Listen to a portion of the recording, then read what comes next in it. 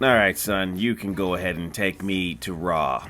So we start off with Rhea Ripley and Io Sky, and Io Sky's crying because, her friends betrayed her. Well, yeah, that's usually what happens when you get betrayed by your friends. You go ahead and bust a sob. Yeah, and she's doing it all, sad like. I don't know what For me, it was funny, the entrance, because, like they're playing, the music, and then she's just crying as she walks the whole time. Well, she's supposed to be selling the character that she's crying because she's not really crying. No. I mean, she's not going to sit here and freaking bust a sob like Naomi, who did cry when she was talking to Bianca, who I still haven't seen for a while. Hopefully she's doing well. But I guess Rhea Ripley says it's time to leave them because they betrayed you. And she says, I can't because they're my family. My family. She says, they're not your family. I mean, you don't even know them. Really? Rhea Ripley's telling you they're not your family. It's like she doesn't know them at all. It's like you don't know them at all, Rhea. I mean, like you thought you knew the Judgment Day, and then what happened to that? You lost everything. Yeah, you don't. You're all alone. Like Roman. Mm-hmm. So then Asuka and Kyrie come out, and they missed and they beat up people, everybody there. Mm-hmm. And I guess this is gonna be a tag match at Crown Jewel, because why not? Why la-di-da. And I mean, I'm not completely against this because I love Asuka being a heel, and it feels like she's being the kind of heel that Shinsuke was supposed to be.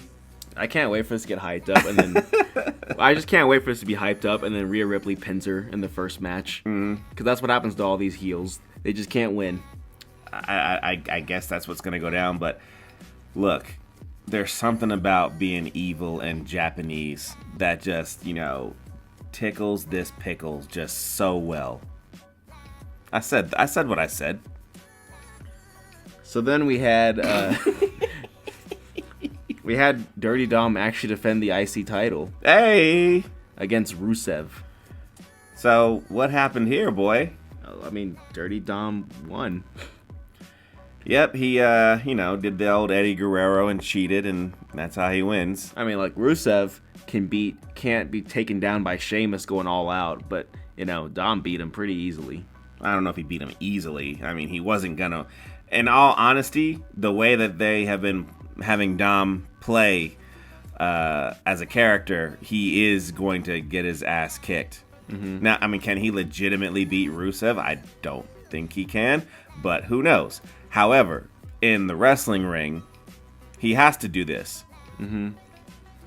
Because that's what heels are supposed to do. I mean, I've seen it a million times.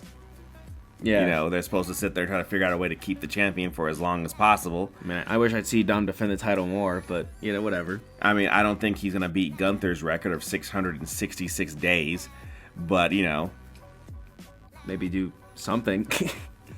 Yeah, I mean, Gunther was champion for 2+ years, so IC champion. And it was better than his world title reign, both of them.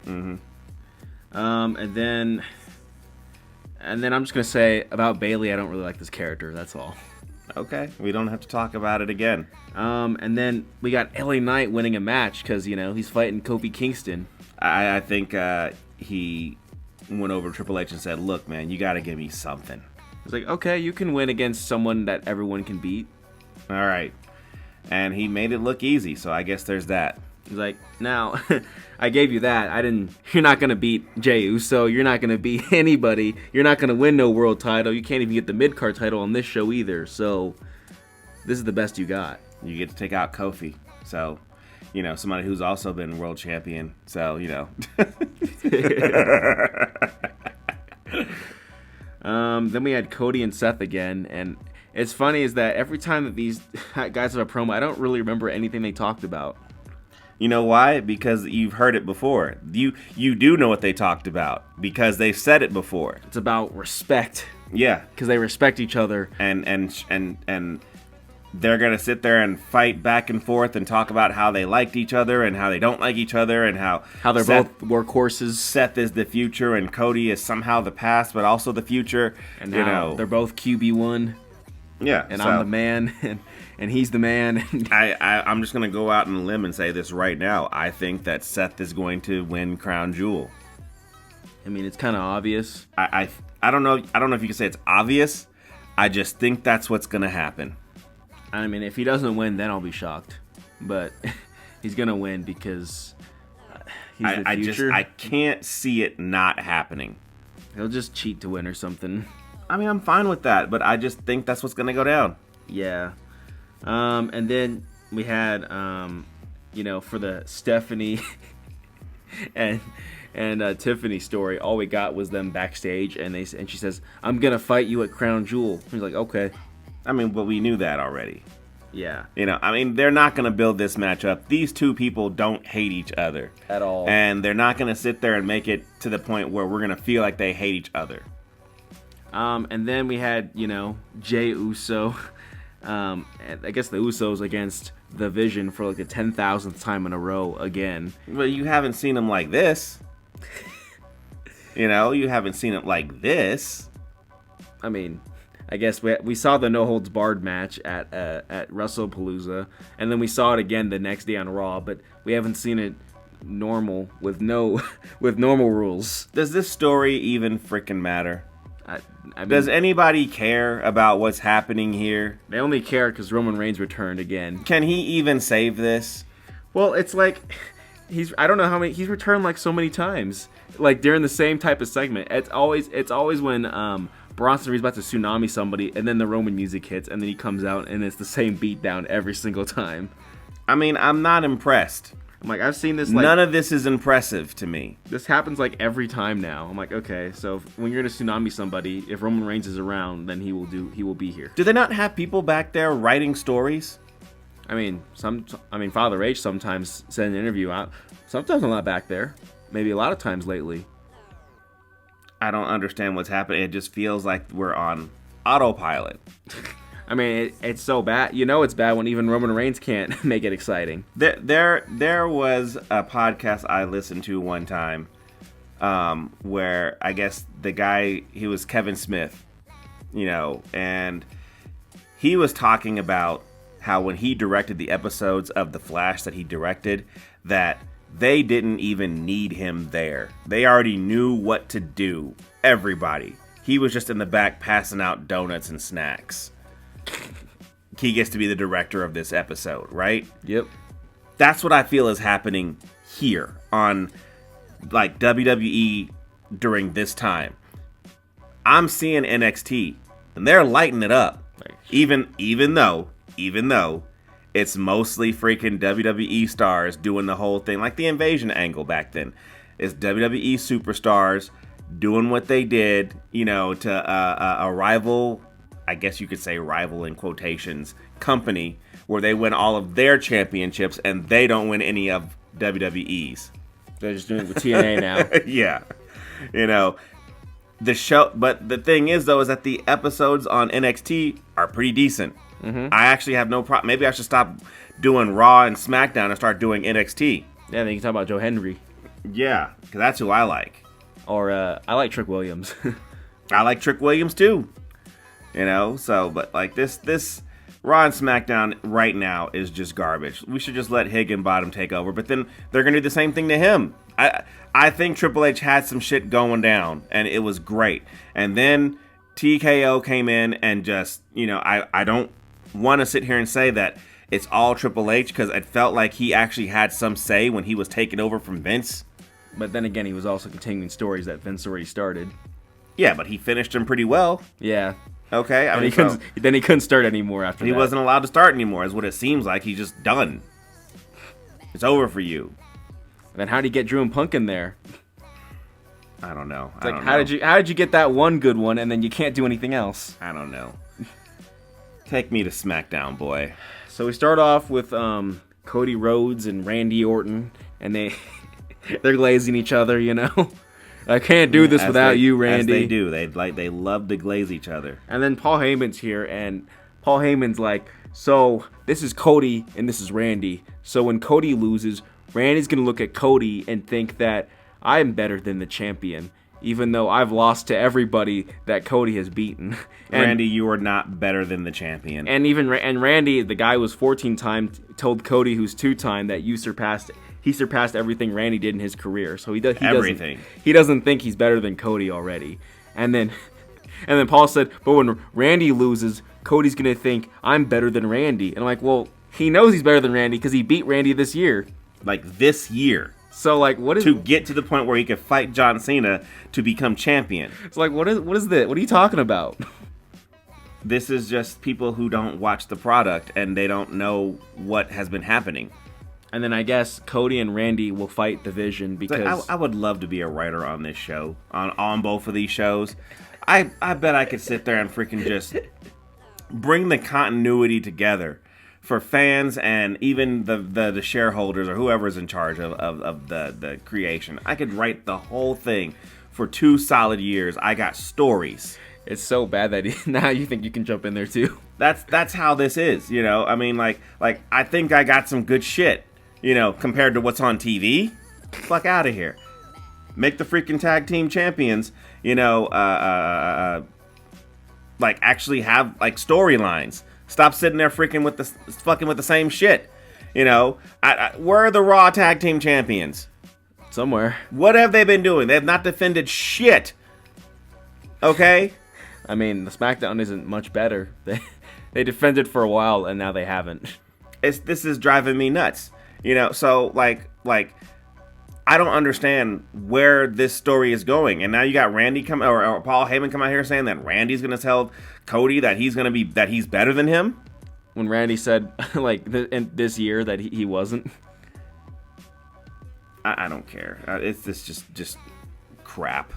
And then so they're gonna fight later, and then we had the Sami Zayn's U.S. Open Challenge. Not as good as John Cena's, but you know he's trying. And then they get Carmelo Hayes coming out here, and like the Miz is like, you just watched me lose, and Carmelo's like, you should have kicked out.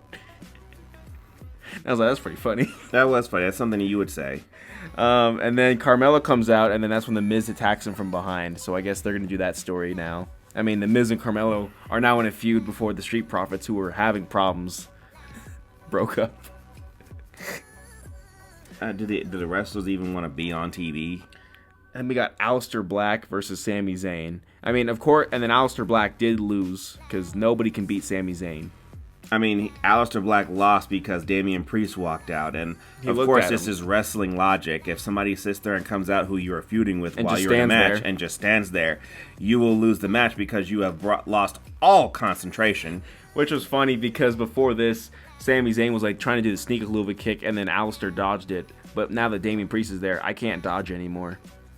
Well, I mean, you say it took like 3 seconds for the kick to happen. I say it was like a second. So we disagree on that. But, you know, he still did get kicked in the face. And that when Sami wins, the ultimate underdog did it again. I'm like, he did it again. No distractions. And then we had Tiffany Stratton. Stephanie just signed the contract real quick. And then, you know, Nick Aldis was like, this match will happen at Crown Jewel. I'm like, no shit. and then Julia and I forgot her name. It doesn't matter what her name is.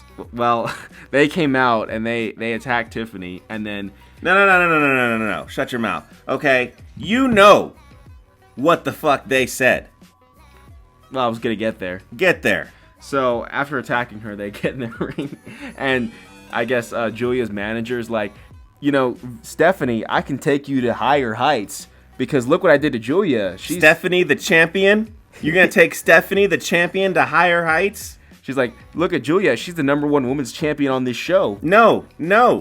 She's not even a number 4 champion on the show. She can't even, and like you said during this, she can't even fight Becky Lynch at Crown Jewel. Yeah. No. Whoever this person is that's Julia's manager, shut your damn mouth. Okay? You have no idea what you're talking about. All right? You're sitting there talking to Stephanie like she's not at the top of the mountain. She's like better than both of you. Yeah, she's world champion. How much higher can you take her? No, what's funny to me is that Julia is better than her manager, and she's not that great. And then Stephanie's better than both of them. So like, what is this? It just Words were said that were wrong. Like, who's writing this? No one's writing it. Road Dogg? I don't care. And then I guess Damian Priest decides to Zack Ryder Kit Wilson. Wait, say that word again? He Zack Ryder Kit Wilson. Oh, pushed him in a freaking wheelchair down something. Well, he didn't throw him off of the stage. No. He just rolled him down a ramp. I mean, I get that they're trying to make this comedy, but all I'm hearing is Kit being like, "You're too toxic masculine." Move on. So then we had the I don't normally talk about the tag matches, but I liked this one with Rey Fenix and Javon Evans versus Los Garza. Yeah, it was dope, man. I watched the shot of it. Tag team wrestling is awesome. Put it on TV. Like, where is this on Raw? Put some championships up there for this. This is awesome. I'm like, well, what happened to the number one contenders, the Street Profits and the Wyatt Six? Nowhere to be found. I haven't seen them. They are supposed to have a match. It's like, if they're not gonna do anything, put the belts on these guys and have these guys fight. This is better than like all those matches. I don't think that the Wyatt Six or the Street Profits don't want to be there. I don't think that they don't want to be there. You just don't have time for them, but you have time for all those ads. Oh my gosh. Then we had the main event, which, you know, the comments say, we haven't seen this before. We haven't seen Cody and Randy team up. And I'm like, last year, before Crown Jewel, Cody and Randy teamed up to fight the heel champions faction. And they're doing it again this year, the same exact way. And guess what? Randy's the one who gets pinned both times. And then Seth comes out, and he's about to go stomp Cody. And then Paul's like, no, don't do it. He's in your head. Don't do it. But Seth does it and gets Crossroads. Yeah, I mean, look. And then his group just stands there and watches it happen. And Paul's like, I told you that don't do it, and he did it. You see what happens when you don't listen to the Oracle? Yeah, the Oracle. Look, I this doesn't bother me.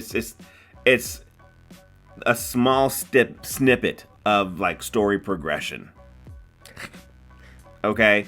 And all I think is going to happen is that Seth is going to win at Crown Jewel. That's all I think is going to happen. And then Randy's just going to look at the belt again. Yeah. That's his move. He looks at the belt now every time. But he's not going to do anything. I'm done. You got anything else, boy? Maybe it's time to watch NXT. Maybe it's time to start watching or reviewing it, I guess. We might have more fun. Maybe you can review TNA instead of SmackDown and NXT instead of Raw. Might have more fun. Hey, you guys, we had some laughs at WWE expense. And, hey, like, subscribe, hit the bell icon, do all the things all the other YouTubers tell you to do. We've been getting some growth recently, so I'm happy about that. And check us out on BLUESKY. Check us out on Instagram. Check us out on X. And tune in next time, because next one will be available when it's ready.